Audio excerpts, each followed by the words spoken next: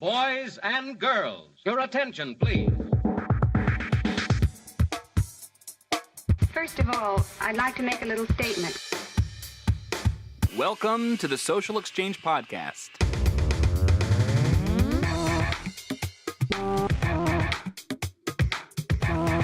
All of your friends are welcome.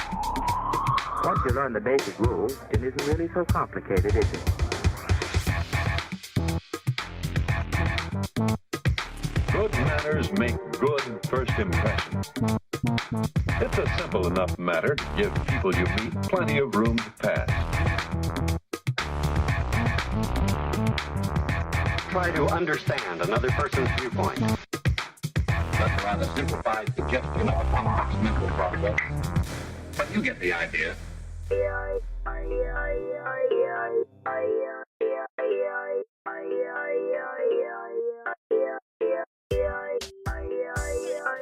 Thank you for tuning in to the Social Exchange. My guests today are Anthony Magnabosco and Linda Mokko. They practice a form of discussion called Street Epistemology. Epistemology is the study or theory of the grounds for knowing or believing something. Street epistemology is a way of speaking with people about beliefs, how they form their beliefs, and just how confident they are that their beliefs are true.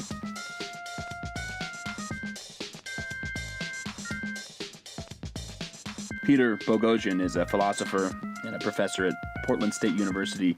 He coined this concept in his book, A Manual for Creating Atheists, where he talks about how to have epistemological conversations with people who believe supernatural texts or claims.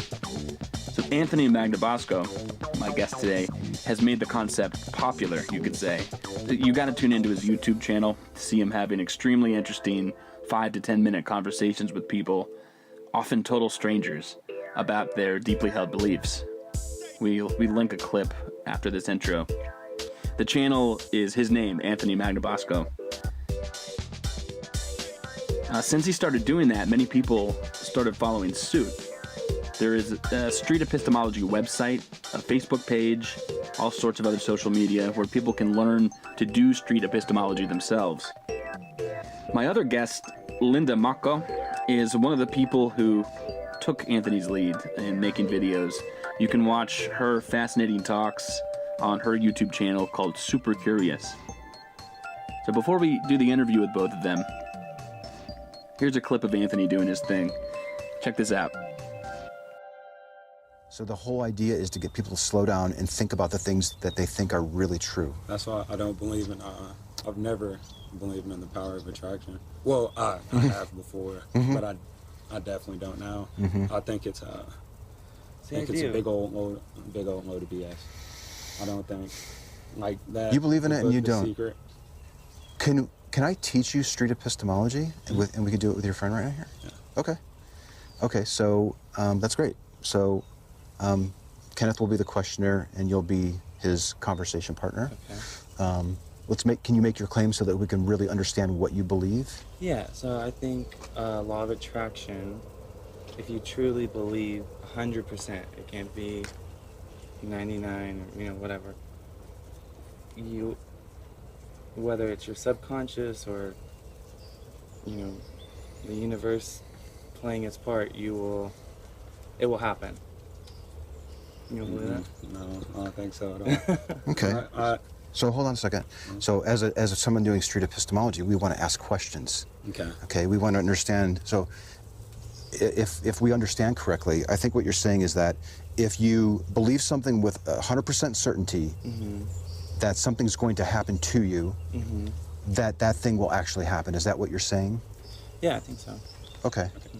So what is it? What power makes that happen? I think your own self. Is it the thoughts that make that happen? Is it the energy you put out that makes that happen? What do you think? Great question. I think it's a mixture of both, because as far as the thoughts, like let's just say I'll just create a goal. Is that okay? Sure. Okay, so, because I worked in real estate since I was like 18, and I've seen many people get in the business and, you know, kind of half-ass it and don't get very far. But then I've seen other people that really, you know, they get pumped up by these coaches and blah, blah, blah, and they take every advice that they give them, and they really believe that they're going to be number one. And it might not happen, you know, 1 to 3 years, but their 4th or 5th year, they're the number one in production in their region or whatever. So I really think that if you don't believe that law of attraction, that you don't put all those thoughts that turn into energy around you, it doesn't really. Is it? Hold on a second. Let's think of an example to see how far he's willing to go with this belief. Okay? I don't believe it. 1 second. Okay. So telling him, listen, dude, I don't believe you. Yeah, I'm like, here's my question to you. Do you think that that's going to help him reflect on this belief? It's okay to take a stance on it, but the idea here is to really explore how he figured out that this is true. So perhaps a good question might be something like, are there any limitations to this? Like, if I really put 100% confidence, not 100% confidence, if I really put 100%, I commit 100% to thinking that I can actually grow my hand longer than the other one. There are limitations. Yes, there are. There's limitations. Are there not limitations to everything? Why would there be a limitation with my hand growing, but no limitation for something like becoming the best salesman in San Antonio? Could you... Hold on a second. Okay. This is critical right here. Okay. See how he's thinking? Don't step on that pause. I guess it Do this too. comes down. I guess it comes down to what we were talking about earlier, is like fact or belief. Like.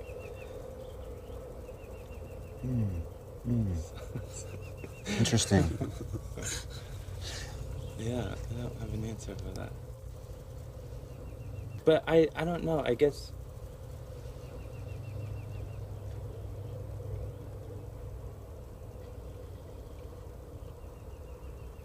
I don't know, like, I guess with your hand growing, I mean, I don't want to bring up the word science, but let's be real, like, you can't make your hand grow. Even if I 100% committed myself to making that happen using the law of attraction, it wouldn't happen. It only happens in some instances. Is that what you're telling us? Yeah. What is it about those two requests that make them different? How do we know that there's even a law of attraction making the real estate thing happen? I mean, you really don't know anything, but as far as the law of attraction for us, I think that there's a difference between growing your hand and like personal will. So That's right. How is the law of attraction limited? Why can't it be used for anything? If it could be used for this, why can't it be used for me wanting to grow my hand? I don't know. I guess like, I don't know. If you want to physically spark up. Marinate in the pause. Marinate in the pause. Marinate in the pause. You almost want to help a person feel comfortably uncomfortable. Okay? That's where the reflection happens. Look at him looking. He's got the 1,000-mile stare here. That's gold. Okay? Have you ever thought about the law of attraction in this way before this talk? No. No.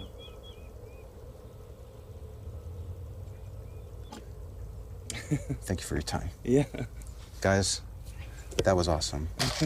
So that's the whole point, is to encourage reflection on things that we really think are true, but we don't actually know for sure. And just a little bit of extra questioning and a couple different scenarios and sort of taking the belief and putting it under a microscope and being friendly and working with you to figure it out. Yeah.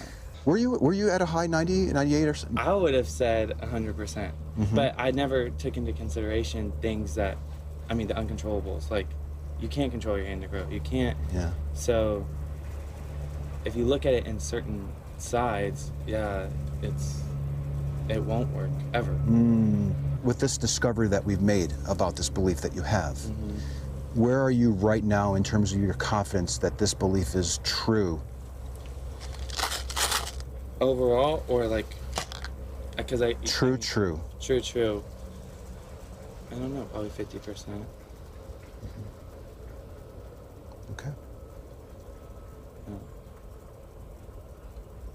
Thank you, gentlemen. Yeah. I used to work with, so I worked at like a real estate agency, one of the largest in the I'm going to beep world. that out, just so you know. Yeah, that's good. They kind of teach you to, it's real estate, but they teach you to build your own business. And by doing that, you have to build up other people. Yeah, so here's my thing, like, I think it's conceivable. I know nothing about real estate. I could probably go to this class and study it for 3 years and think that I'm using the law of attraction because I'm 100% convinced that it's true, and I'm 100% dedicated that it's true. And I go to the class, and then I become like the best salesperson in San Antonio. I'm just killing it in real estate. Would I be justified in saying that it was the law of attraction in doing so? No. Not after that. What's that? Not after our conversation now. And that is street epistemology. Pretty interesting stuff, isn't it? It's really great to hear people changing their mind about things in real time. This is Aaron, the audio producer for the show. We'll get to the interview with Linda and Anthony in just a second, but first, I wanted you to hear from Zach about a new way for anyone who's interested to participate in the show. I hope you like what we're doing on the show. If you'd like to help us grow, consider making a donation on our Patreon page at patreon.com/thesocialexchange. We're getting ourselves organized on this podcast. It's taking considerable effort, and it's going to take even more. And we need resources and equipment. And all of this, of course, costs money. After further discussion, we've decided we'd like to avoid selling you underwear to get it. Even a small donation helps. Even less than the coffee or breakfast sandwich that you buy in the morning. If you can afford to buy us a grande with room for cream, then you can go to patreon.com/thesocialexchange to do it. If you can't afford something like a coffee easily, without having to rethink your budget, then this message isn't for you. You still get to listen for free. Check out episodes on the page. Our plans for the future are totally transparent, by the way. Check them out on the page too, patreon.com/thesocialexchange. But you might wonder, why donate if you could get content for free? Yeah, we have a bit of an awkward free rider problem, I suppose. I can think of 4 reasons to give. On one hand, we give back. Donating at any level, you'll get your name listed in the description of the show and early patron-only access to all regular episodes.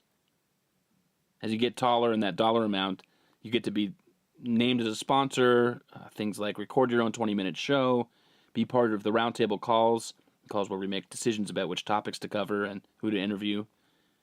And there are a lot more ways that we give back, so check out the page for the whole list. Another reason to donate is maybe because you appreciate honest dialogue. And there's plenty of noise out there on the news and elsewhere. And it can be really hard to find in-depth conversation and investigation of social topics. You can trust us to generate exactly those types of discussions in an honest and fair manner. And being part of the podcast means that you'll have a say in what and how and when content is delivered to thousands of listeners. Doing this is a great way to help bring about saner and, frankly, better discussions in search of what's true. A third reason you might want to donate is to support the culture of free. Freedom of information is great, but there are also questions to be answered regarding the quality, frequency, and responsiveness of the content you'd like to receive. With your help, we can continue to provide quality content to people who can't afford to participate, and you can rest assured that you'll be credited for our continued ability to do so. We'll also reign podcast archives, access to the creators, influence on where the show goes, and much more. See the tiers on the page. The last reason you might choose to donate, even though you could get content for free, is that we can't do it without you. When it comes down to it, this podcast is about the listeners, and without you, it'd be a little awkward. And this wouldn't be a thing. We need your feedback and participation and support to keep the lights of balanced dialogue burning bright, and whatever support you can manage will make heaps of difference in this regard. To explore the page and listen for free, or if you'd like to make a donation, visit patreon.com/thesocialexchange. And now we return to our guests for a fascinating interview about this practice called street epistemology. I'm here today with Anthony Magnabosco and Linda Mokko. So I want to talk to you both about method of dialectic, let's call it that. I think we could, right? It's called Street Epistemology. I'll let you explain it, but as far as I understand it, this is a way of conversing with people, trying to get to the core of why people believe what they believe. And it stems from a Peter Boghossian book called A Manual for Creating Atheists. A Manual for Creating Atheists, thank you. Anthony, I have been enjoying, saddling up, watching your videos on YouTube. I too am an atheist, and I'll let you explain this whole thing, but and have been, more than you, super barbed about the conversations I have with people who believe in religions and gods, and it's been fascinating to watch your show. Could you tell me a little bit, Anthony, you first, about your basis for engaging in this method of conversation, and what your channel is all about, and what you're trying to do? What is Street Epistemology? Yeah, sure. Well, thanks for having us on your show. It's really nice to be here. We've been dabbling in Street Epistemology for a while. Myself going on, I think, 5 years or 6 years now, where I've been taking some of the ideas from Peter Boghossian's book, where he suggests engaging with people on sensitive topics, where you use questions to explore what they believe, why they think it's true, and how they determine that it's true. It seems to be a kind of an effective way of slowing a person down, getting them to reflect on their belief, and sometimes even adjusting their confidence that what they think is true is really true, in a way that doesn't rile them up, that doesn't cause a person to become defensive, that opens them up to question, to wonder, to doubt, perhaps even. And it's been kind of an interesting journey. You mentioned the videos. I've been uploading videos of my conversations where I go out with a camera and ask strangers on the street if they want to chat for 5 minutes or so about something that they think is true. And I can't say that when I first went out, the conversations were the best. They were pretty rough. But I think over time, the approach that I've been using and honing and getting feedback from others has improved. And I'm really glad that you had a chance to watch some of the videos as well. You like you say, you go around and you're literally on the streets. I mean, you walk outside on the streets, meeting people that you have not met before, and engaging them in these conversations about beliefs that, at least in their mind, and at least at the moment, are core to their sense of self. That seems such like a dangerous thing to do in terms of dialogue. You would think it. Yeah, you would think it's so strange to do. I don't know if you want to finish the thought before I respond. Sure. I just want to know if you have to convince people that you're being an honest interlocutor, or if there's something about your mannerisms and tone and way you ask questions that just makes them feel comfortable as you go. Oh. I don't really know what they're thinking, but I get the impression from the way that I introduce myself and explain what I'm doing and give them the option of participating and encourage them to be honest with their responses, that most people that I encounter seem to enjoy it. They seem to be willing and honestly exploring a sensitive topic with a stranger.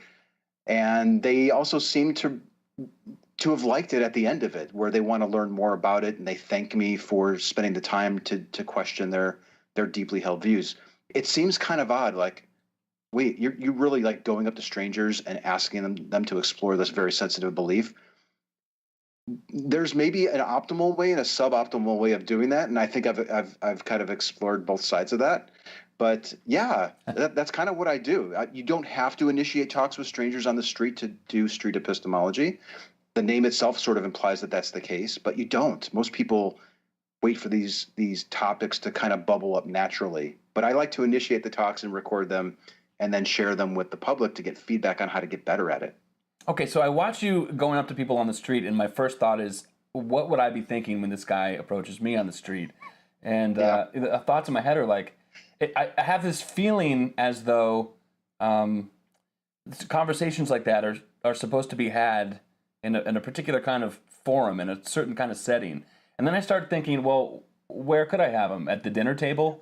I'm like, no, not there either. So these are just, sometimes talking about core beliefs, it's a very uncomfortable thing to do. And the more comfortable we can make it, the more we can acknowledge each other and be present in dialogue. Yeah. It's almost a little safer to be just engaging with somebody that you don't know about these topics as opposed to somebody that knows your background, that's a good close friend or a family member. Not that you can't use street epistemology with those folks, but maybe the fact that I am a stranger encourages a person to open up more than they might not normally do.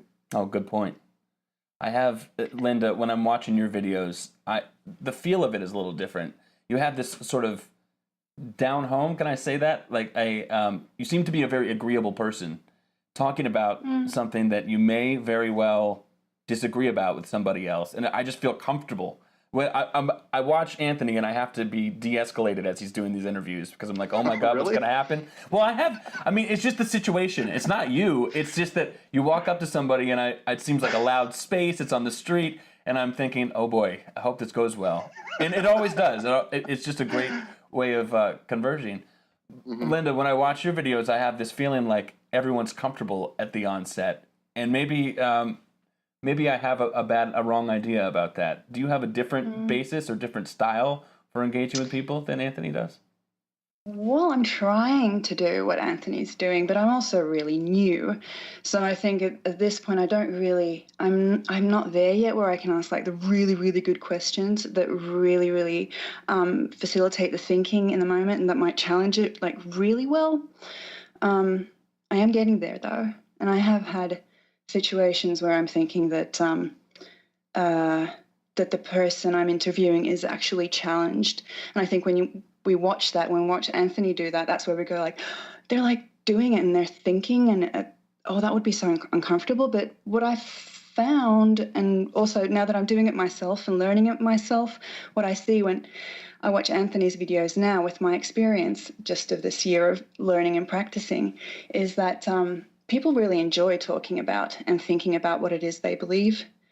I think they are more surprised when they are challenged, that they actually got challenged, that the questioning was kind of different from what people usually ask. So that's what I see nowadays when I watch Anthony's videos.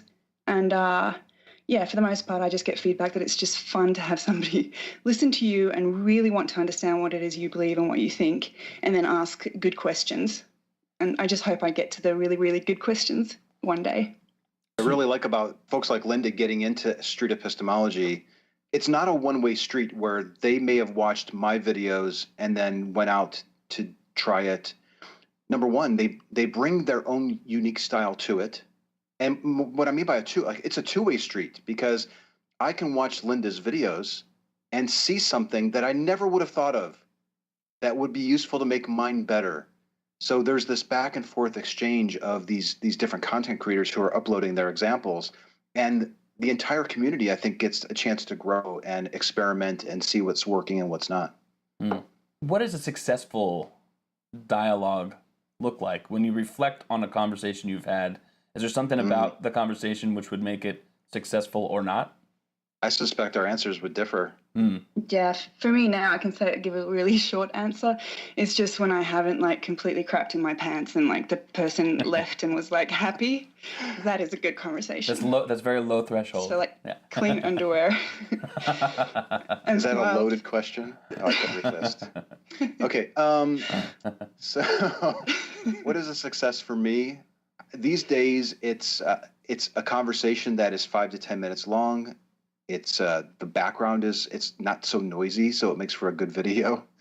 The person truly appears to be reflecting on their claim and how they got there, and if they can maintain that level of confidence, and then maybe ending on a good note where they thank me for my time.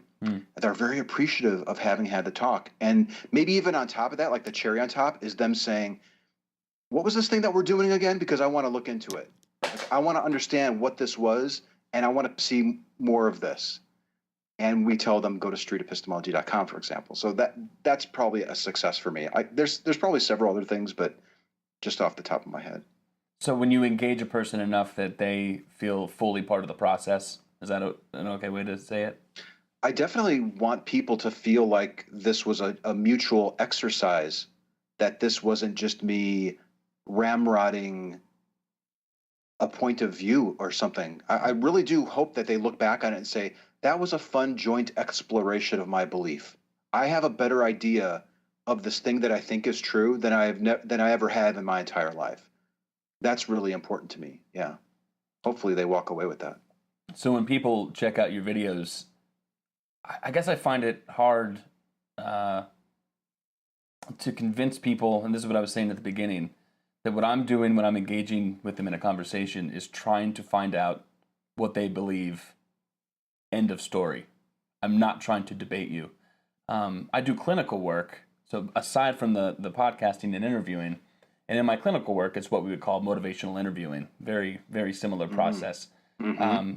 And it really is trying to get people to tell me out loud how it is that they form a belief and what they'd like to do about it. And that's even kind of hard to convince, even though I tell people that's what I'm doing, and even though I'm paid to do it, and it's almost like you could get me fired if I'm not really doing it. It's hard to convince them it's really what I'm doing. It's almost like there's a game being played and you don't want to be the pawn in the game. Do you know what I mean by that? Do you ever have to, either of you, do you ever have to do any convincing that... Do you mean like people start defending what they believe even before you've challenged it, or... I think the people start... I'm wondering if people are ever skeptical about the process, about your basis for engaging in the conversation. Are you talking about participants or observers or both? Good question. I'm talking about participants specifically. But what I'm saying is that I, as an observer, could imagine being a participant and being skeptical of the process.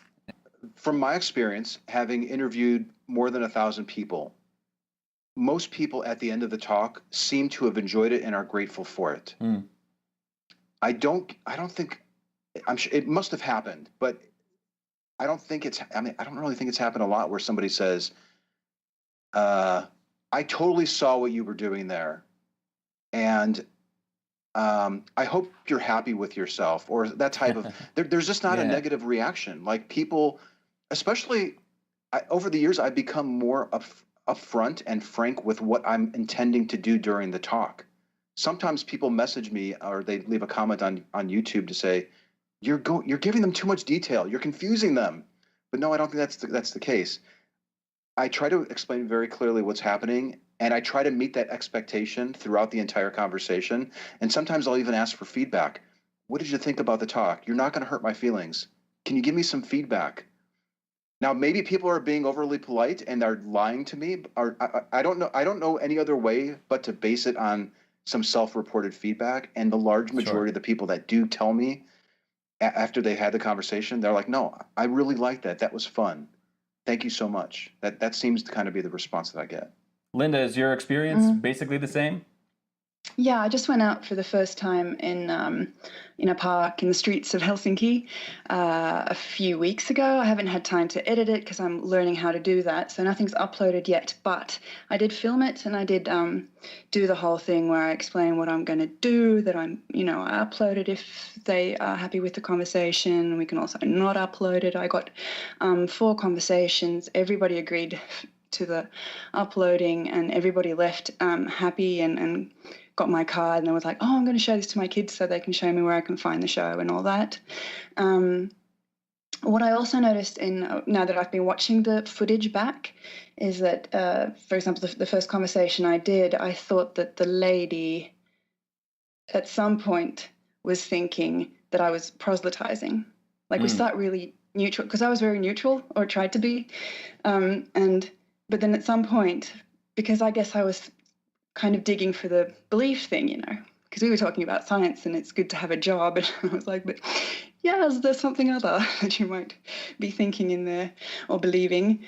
And we did start talking about the Bible and stuff. And at one point I thought that maybe she was thinking that I was proselytizing. But then towards the end, she realized I wasn't. So I think she was maybe confused by my intention. I think it's conceivable that my interlocutors after the conversation are probably surprised that it went as deep as it did. They probably weren't expecting it to go as deep as these conversations usually go. But that being said, I don't usually get feedback to say like, you misrepresented what we were doing here or anything at all like that. ever I'm not gonna linger on this too much longer, but ever a tension that you feel because it's a way of conversing that is not your typical way of conversing, where you feel the consequence of the next thing out of your mouth could make or break the conversation, or you know what I mean? Yeah, that's a really good question. I can get really worked up during these talks, even though you might not notice it. Well, number one, I'm not usually on camera, but I try to keep a really calm, even voice. But even as the conversation's going, and it seems like we're really making progress, there's this like phenomena, like, what is it called? Deer fever. Have you ever heard of that? No. Yeah, I think like these hunters, they go out and just as they're about to shoot the deer, like they start to tremble and then they miss the shot. Yeah, it's something like that. I don't hunt, but I've heard of it. And I imagine it's probably something like that, where you're making such good progress and it's just such a profound thing. And you're like, that great question that I was going to ask just slipped my mind. Now what do I do? There is sometimes like a panic that might set in at that point where you don't want to blow it because it's going so well. But it doesn't happen that often. And even if it does, it usually buys you a little time where the person, they might just keep explaining and then they might reveal something else. So it's kind of hard to screw up at this. Maybe the biggest thing that could shake a person who's practicing this might be trying to avoid slipping into the argumentation and presenting counter evidence that shows that they're mistaken, especially if they say something blatantly, obviously wrong. It's kind of hard to put your knee-jerk reaction in check and just let the conversation flow. Yeah, in which case you then have to steer the conversation back to its if you can. Sometimes you might really just shoot yourself in the foot with these dialogues, and you just can't resist defending that you can be a good person without a God, for example. Sometimes people say things that might trigger you as a practitioner of that. But if you yourself are usually your biggest impediment when it comes to effective street epistemology. And if you could just manage to recognize the things that will throw you off and figure out a way to just set it on the back burner and just proceed with asking questions, you're going to probably do just fine at this. Wow. What is the street epistemology equivalent of saying abort? Like, do you just get it and say, oh, thanks for your time, sorry about that? Oh yeah. Or do you? There's definitely times that I would avoid a conversation. I don't know if you have any thoughts, Linda. Well, I did start with an apologist, so I guess I don't have that. Oh yeah. I haven't experienced it yet where I'm like, no, I don't want to continue with this conversation. Oh no, sorry. So I did 4 conversations. I filmed 3 of them. One of them I didn't even ask the lady because she was emotionally distraught. She was like, she had just left her apartment. She started talking. She obviously wanted to talk to somebody. She had a stressful situation at home. So that I did was not thinking SE at all, that whole conversation. But we sat down and had coffee and she got to speak her mind.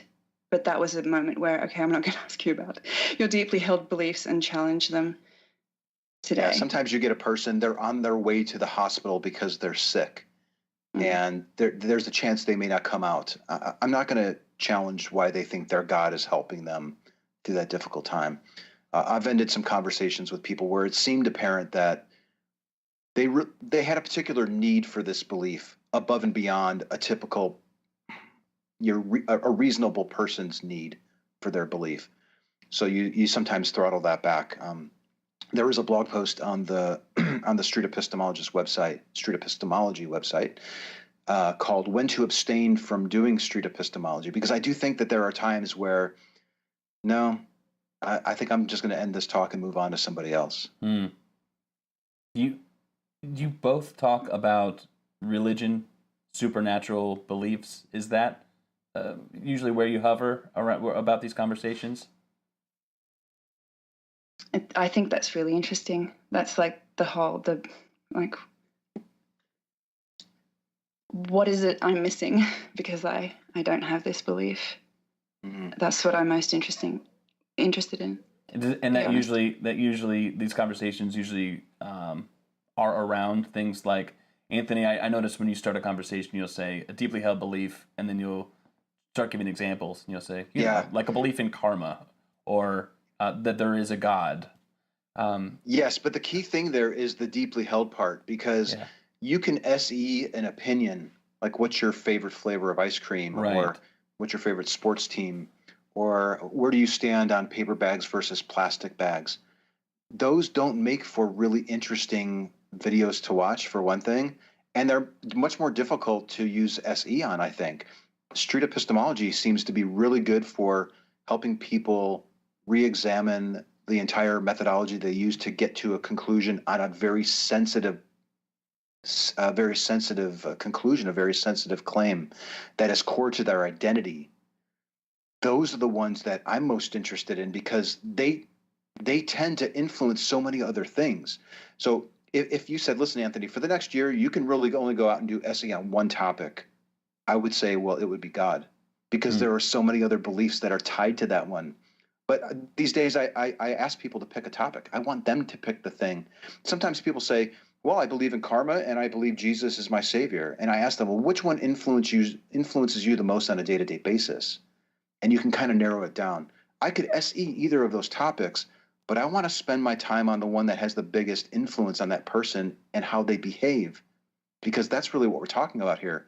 The beliefs that people hold motivate them to behave differently. And it's my sort of presumption, my assumption, that if people act out on beliefs that are really true, this world will probably be a better place. And that's kind of what also motivates me to go out and do this too. Yeah, and that would also be my motivation. I believe that, well, like Anthony says a lot, and I completely agree that I would rather believe in as many true things as possible and be fooled as little as possible. And I think a lot of unfalsifiable supernatural beliefs can be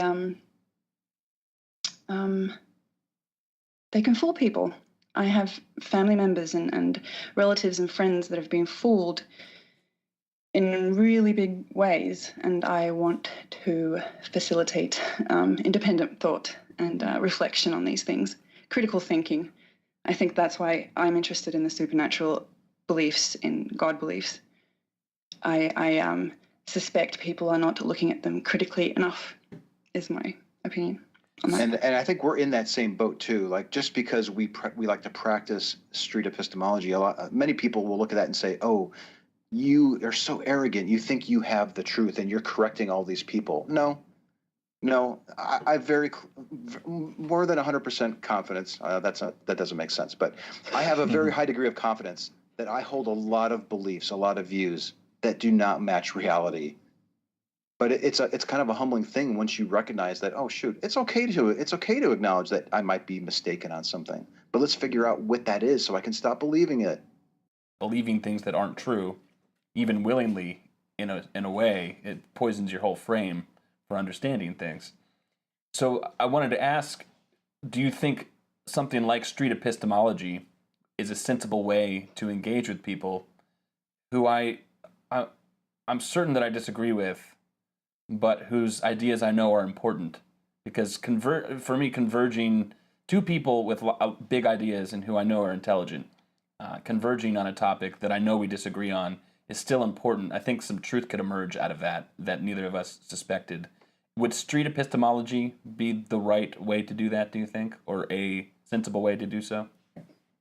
Well, I think so. I think that's one of the strengths of the method, is that it's ideal for talking about sensitive topics that people find very important, and they would be fundamentally different if they, and maybe even troubled if they were to discover that it wasn't true.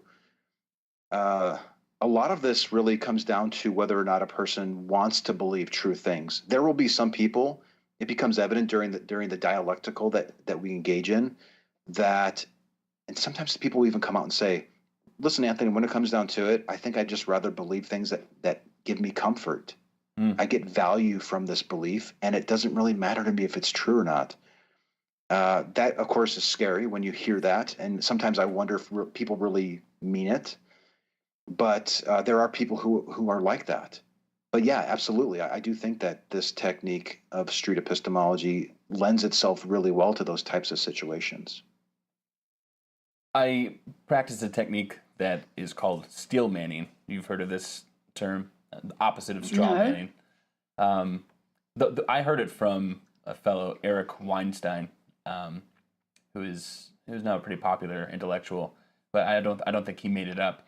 And it's simply the opposite of straw manning. Steel manning means painting the most charitable interpretation of your opponent, I guess if you could call it that, or interlocutor, I guess is a good way to say it.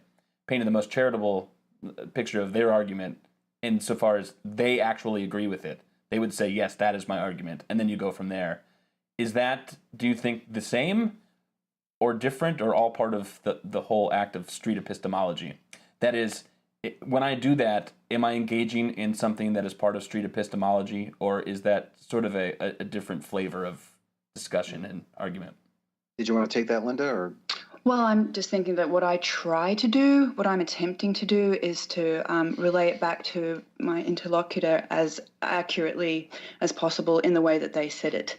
So I'm not interested in making it prettier or worse or anything, just trying to say it out loud back to them so that they can hear it themselves and correct it if it sounds funny somehow, and also to show that I've understood what they said, that I got it, that I heard it. Yeah. I suppose the difference is I can't add much to that. I mean, that's really what we try to do in street epistemology. And I think I heard the steel manning term a year or two ago, and I was like, oh, that's exactly what we're doing. We ask for clarity on what they're saying. We'll ask them for their definition of what these words mean. Some of these words are complicated; they need to be unpacked.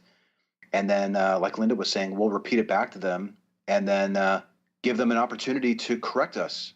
Like, if I misunderstood it, I don't want to keep going further through the conversation under that impression. But yeah, I would say steel manning is a very big part of SE. Is there a way that you could give me an example of what some of those questions would look like? What kind of topics you'd be talking about? High level, what's happening in these conversations is we perhaps, and you'll probably notice some similarities here with MI too, I would imagine, but we want to explain to people what we are doing. We want consent, so people are like willfully agreeing to participate. If we're recording, of course, we want to get permission to record them. And then from a technical perspective, like what's happening in these conversations, we want to understand what they are claiming. Exactly what do you mean when you say karma is real? Are we talking about humans observing other humans, or is there a supernatural component to this? What do you mean? Let's define it. Let's write it down on this piece of paper. There's the steel manning there. And then we want to shift to why they think it's true. What are your main reasons? What are the main justifications why you're 100% sure that karma is actually a true thing? And they may say, they may relay their reason in an example. Well, a year ago, something happened, and then something happened in return, and that's obviously karma. But the most crucial part of this whole dialogue, I think, is when we focus on the method that the person used to get to that conclusion. And that's where street epistemology, I think, is the strongest. And this is the how. How did you conclude that event justifies your confidence that karma is true? And that's when the people really start to slow down and think about it, and possibly when they realize that, oh gosh, yeah, I really have no way of differentiating between just coincidence and karmic payback. How could I tell the difference between the two? I can't. Oh my gosh. Maybe 100% isn't the right spot to be on this. And then we try to end it there. We don't then just say, now, weren't you foolish for believing that karma was a thing? Don't you feel like an idiot? We don't go that far. Yeah. I mean, I would imagine some practitioners would, and do that. Yeah. But I would advise them not to. What I think is best is when you end it so the person can think about everything. They can think about the conversation. They can think about the belief formation process and decide to move on their own. They may say, that was an uncomfortable talk. I don't want to think about it again. Karma's real, and I'm just going to go my happy, merry little way. There might be people that do that, but hopefully they slow down and think about it. Now, is there part of that sequence, Linda, I'll go to you, that whole sequence that is the least comfortable for you or part of it that you enjoy the most or find most natural? It's the one I enjoy the most when I get there. It's the one that's still hardest for me to get to. I think somewhere I'm still a little bit afraid, actually, of the power of SE and kind of and that's why I don't really get the good questions unless I'm feeling really comfortable and it's like easy and it's like, oh yeah, so you know, how did you determine? Yeah. So yeah, my fear can stand in the way still, but I'm getting there and I'm working through it. What was the other thing I was thinking? Oh, sorry, it just flew out of my head. Well, I was thinking that when you ask a person a question and they're struggling to answer it, it's really easy for the practitioner to step on that silence and that reflection. And because they feel so uncomfortable, you want to give them a life raft and pull them out of that uncomfortableness. But I think one of the most human things you can do is resist that urge and let them struggle just a little bit, and see if they can figure it out on their own, because that's where I think the pebble is placed. And you can really do yourself and them a disservice if you jump in too soon. So yeah, that was what I was kind of trying to express, but not doing a very good job of. It's like I am so empathetic and like I put the pathetic and sympathetic, and I just I know that thinking about things and reflecting is a good thing for people. I want to like facilitate that to people, but that in the moment you see them going like, and then I want to help you. Oh, let me help them. Yeah. I'll, you know. And then it's kind of ironic because I think people, this might seem really self-serving and arrogant, so forgive me, but I know I might be off here, but it's possible that a certain degree of empathy will help you be better at SE, but it could also be a detriment, just like in that example that we gave you. Like, it really seems like he's struggling with this response. Like, this poor guy, he's on camera now with a stranger and he's struggling to come up with a very simple answer to a core belief. Like, let me help him out. But if you think about it, you are helping them by helping them be a little bit comfortably uncomfortable and marinate in that difficulty a little bit, but then be there for them afterwards. Give them a card, give them a way to contact you, and then ask them if they want to ask you any questions. This can be a back and forth, which might be different from MI. I would imagine you probably don't have your patients then engaging with you about your background. Maybe you do, I don't know. But it's not off the table when we're using SE. Oh, that's good to know. I try not to have people ask too many personal questions. It's just neither here nor there, nor is it, I guess, ethical by code. But I know what you mean when it comes to wanting to act as a proxy for the silence. You know, you instill your opinion because you feel perhaps they couldn't generate one on their own. That's always been the hardest for me in interviewing people on the podcast or in my office or anywhere. It might actually be nice if I knew that people could ask me questions back. Do either of you find yourselves approachable? Like this style of engaging in conversation would work if somebody was asking you questions? Oh, I think so. I think having a good understanding of SE has made me so much more confident in my own what's the word I'm looking for? In my own uncertainty. I'm so much more comfortable explaining that I don't believe in a higher power and not getting upset if they have some sort of visceral or even angry reaction to that. This approach has really given me a lot more empathy for people, particularly people that hold differing views from mine. So it's been great all around. Yes, it's great for asking questions and getting to the core of why somebody believes it, but it has made me so much more comfortable with my own beliefs and my own uncertainties. It's been a fabulous thing. And it's not uncommon for people to watch these videos and say, oh, wow, like I've never seen a theist and an atheist talk like that before. That's really neat. It's now changing the conversations that I have with people. That's really neat to see. So it's not so much tribal anymore as it is one big conversation. How do you feel about it, Linda? Yeah, I think I say... It looked like you had something big to say. I was backing up. She was closing in on the camera. Like, oh, something big's coming here. I use the word we so much more when I have conversation now. Like, how can we solve this? And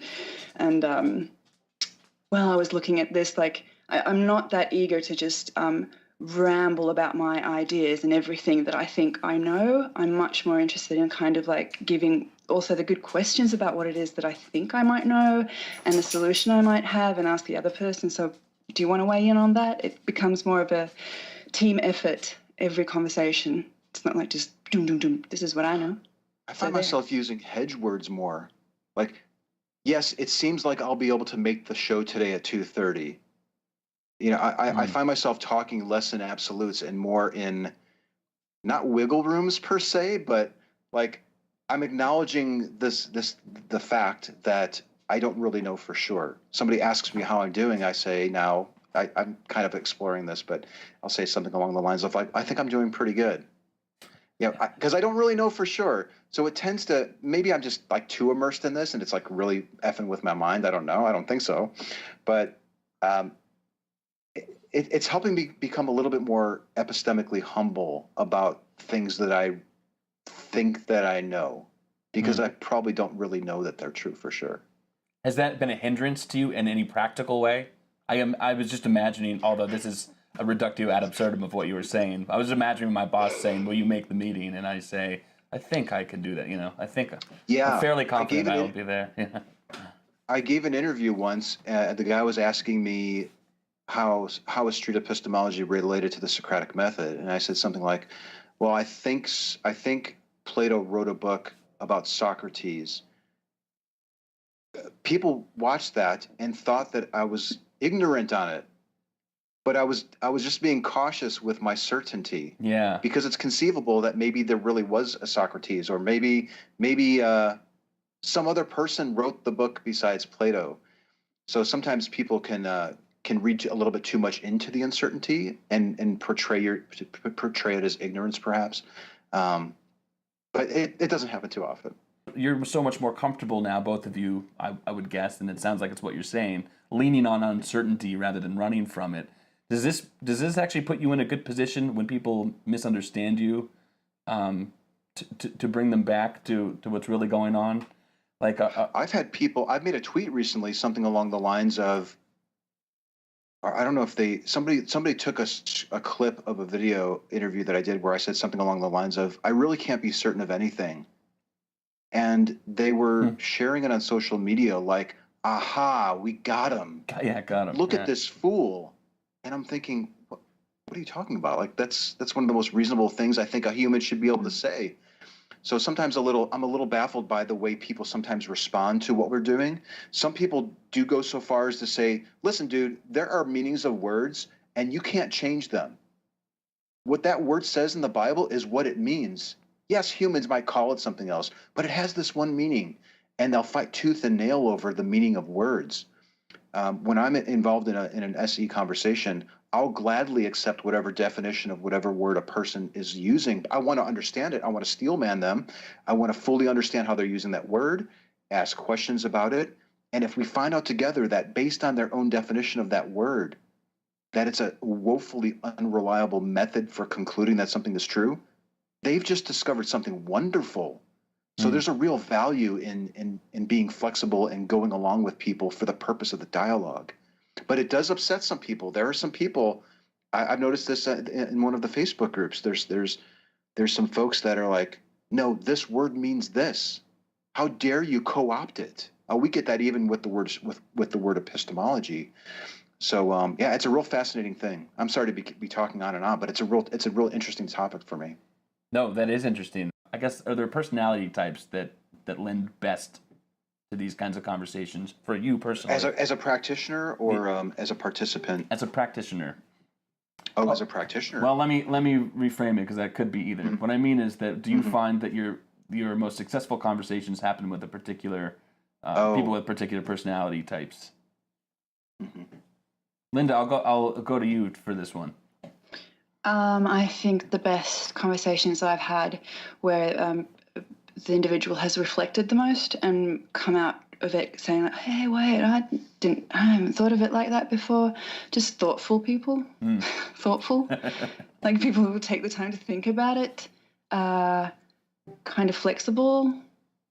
Yeah, I think a younger person, perhaps. Venue is important too. Like, I would love to run into a university student on the campus in between class, or let's say their classes are done for the day, so they're not rushed, right? They may have even just finished finals, so there's just less pressure on them, and having a nice, wonderful conversation with them. They will typically be more open, honest, and reflective, as opposed to me meeting them at a rally where they are now surrounded by people who are passionate about this topic, and the stakes are higher, and people are listening in, that type of thing.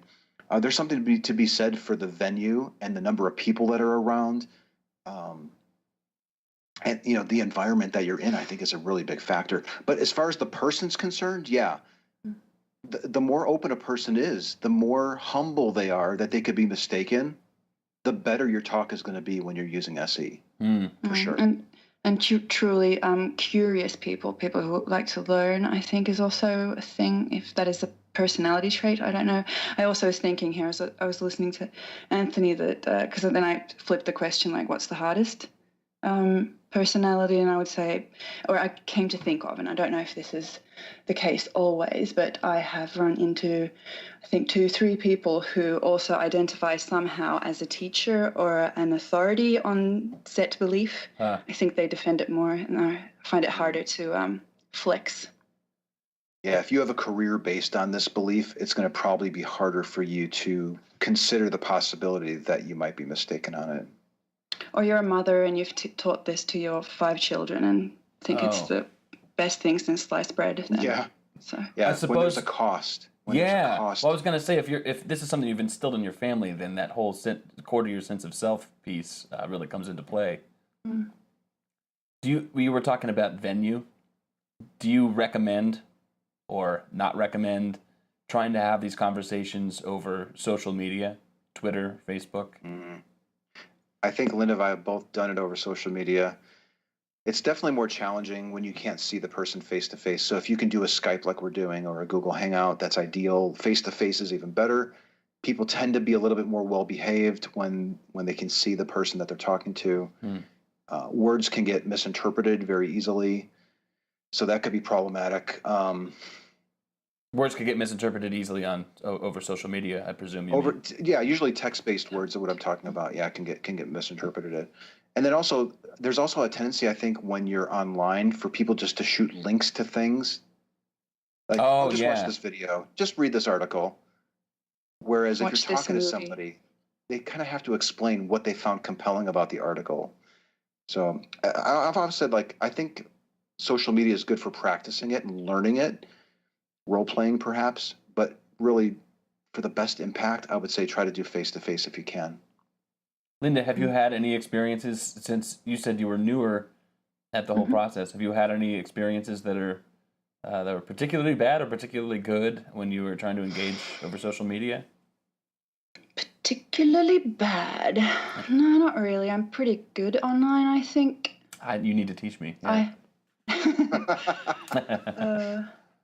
But I'm not very I had a really bad experience when I was behaving badly and leaving comments in a comment section. But this was before SE, so yeah, I really do recommend SE if you're having trouble online. Because I was just about to get into it. I don't know if this is the same story you're talking about. Yes, it is. Okay. It's the only real time that I've behaved. Do you want me to relay the story? Or? You can, yes, please. Okay, correct me if this isn't what you're saying, but I think Linda was watching an SE video and was, I don't know, commenting about the religious interlocutor or something, and just kind of being a little bit blunt. And then somebody who also was watching the SE video weighed in on it and said, well, hold on a second. Now he's trying something different, and that, yeah. It was 3 other people weighed in and said, you don't understand SE, and I would much rather be his friend than your friend, even though I'm an atheist and all that. Because I had completely disregarded the text at the end, like, please be respectful when leaving comments. I was not being respectful. I was self-entertaining and writing out everything that I thought and was being like super smug and a little Miss Know-it-all. And after that, the person that was being interviewed also contacted me and said, would you like to continue the conversation? And then I had like a wake-up call. Like, wow. Well, I want to learn SE, so why not take this opportunity? So I didn't know that happened. But that's what's neat, is that people in the SE community are teaching others how to do it. Like, no, like Anthony intentionally didn't ask that question about. Anthony intentionally didn't give them evidence to show that they're mistaken, because that would have derailed the whole conversation. He's doing something different. So it's neat to see the community stepping up and guiding the other people who are just getting exposed to this. Yes, and I'm really thankful for that. It was 3 different people who commented and said that you need to look into SE and you're not getting this, Linda, and like you're being the idiot here. And now look at you. Behaving well. Talking about SE and uploading content. Yeah, so I'm really, really thankful, and I like to then also help other people in the same way that I've been helped, just by calling them out. Like, it's not helping if we just call each other idiots and like whatnot. I want to be sensitive to both of your time, but now I'm fascinated. There's a member of my group, the Social Exchange group, but which is really just a satellite. It was meant to be a satellite to talk about podcast episodes. What do people think? And of course, when you get over 1,000 people in a group, you stop. You can't control where the conversations go anymore, nor would I really want to. But what happened was it started getting into political conversations, and there was a member of the group. I won't name names, but if you're listening, hi Tim. No, I'm just kidding. It wasn't really his name. But it was before I started watching your videos, and I actually did do Socratic questioning with him. And I actually am sensitive to his political bent. I'm a liberal, I think I would say, and so is he. And his idea was, if people have voted for Trump and they have not since left the Republican Party, then they are either evil or they're idiots. And, we had this long thread. This is over social media. And I thought, well, there are 2 things I could do here. Tell him that you can't post those things on my group, or I could allow him to flesh out this idea and just, for people to see. I chose to do the latter. And we got to the end where people could see very clearly how he formed his belief. But it didn't feel very satisfying, and it didn't seem like it did any good. Do you think that would have been different if I'd engaged him in a face-to-face conversation? Or is there a way it's hard to say for sure. My feeling, it would be yes, more than likely. It probably would have been more focused. I don't know if it got disrespectful at any point. I don't think it did. But usually people are a little bit on their best behavior when it's face-to-face, and perhaps even a little bit more honest when they're face-to-face. And perhaps even briefer, too, because sometimes like I mentioned, these written dialogues can get really out of hand. Do either of you have advice, suggestions about how to handle a page like that, where the the conversations happen, and they're all online except for the podcast that I do with people? What we have close to 5,000 people in the Street Epistemology study group, and we encountered that same issue where people would get off on these tangents, and so somebody would make a post and say, "Hey, my aunt posted a meme on her Facebook page about abortion, and I was thinking about SEing it." And then before you know it, the discussion thread was all about abortion and not how to use SE with his aunt about the claim. So it became so problematic that we ended up creating a second group called Chat with a Street Epistemologist, where if that ever happens, we remind people that we have a group for that. This is the place for studying street epistemology. If you want to SE abortion or whatever, go to this other Facebook group. That sounds like it seems to have solved the issue. We had to kind of keep up on it and remind people, but it's probably been a month or two since we've had that come up. That's brilliant. It's like you're taking people to task, and it's the more assertive retort to just sending a link. Like if you want to have this conversation here. Hey, rather than do all this here, we've created this special group for you. And it's really kind of helped keep people focused on studying the method, but also getting an outlet if they really did want to explore that topic. Very cool. So we're narrowing in on time, and I want to offer for either of you, if listeners want to follow your work. Of course, Anthony, your YouTube channel is called Anthony Magnabosco, right? Yeah, it's if you search for my first and last name on YouTube, you should find the channel, and you could follow me. I have an Instagram that's not doing much, but Twitter, I'm pretty active on Twitter. Magnabosco is my last name, and you can what else? I have a Facebook page, that type of stuff. Yeah, reach out. I try to be accessible. There are a lot of people that you might be hearing street epistemology for the first time. You want to learn more about it, or you want some advice. Please feel free to reach out to me or the community. We're here for you. Linda, same. How can I direct people to your work? I know that Super Curious is your YouTube channel, and maybe I don't know much else that I should. Yeah, Super Curious is my YouTube channel. There I have a show together with two other street epistemologists, Dr. Tyrone Wells and Ben Diesel, and we do a show called The League of SE Reviewers. That's probably what I'm most active with at the moment because I'm, learning how to edit videos. Sometimes I do live conversations there too. Then you can contact me directly on Twitter. I am at Love Mokko, so it's a love before the last name, Mokko. And yeah. Well, Linda Mokko and Anthony Magnabosco, I just want to thank you so much for coming on and enlightening us. It's a real pleasure to engage with you after having watched all of your videos with delight, and there's a lot more to watch, I suppose. Many more videos to come, hopefully. Yep. Yeah, thank you for having us. Thank you, guys. guys. This was really nice. Thank you for putting this all together. This is really fun. We hope you've enjoyed the show and that you'll keep tuning in. And now, here's yet another treat, a funky duo of the show's host Zach and his buddy Aaron Burrows. Links to their music will be provided in the show notes. Till next time.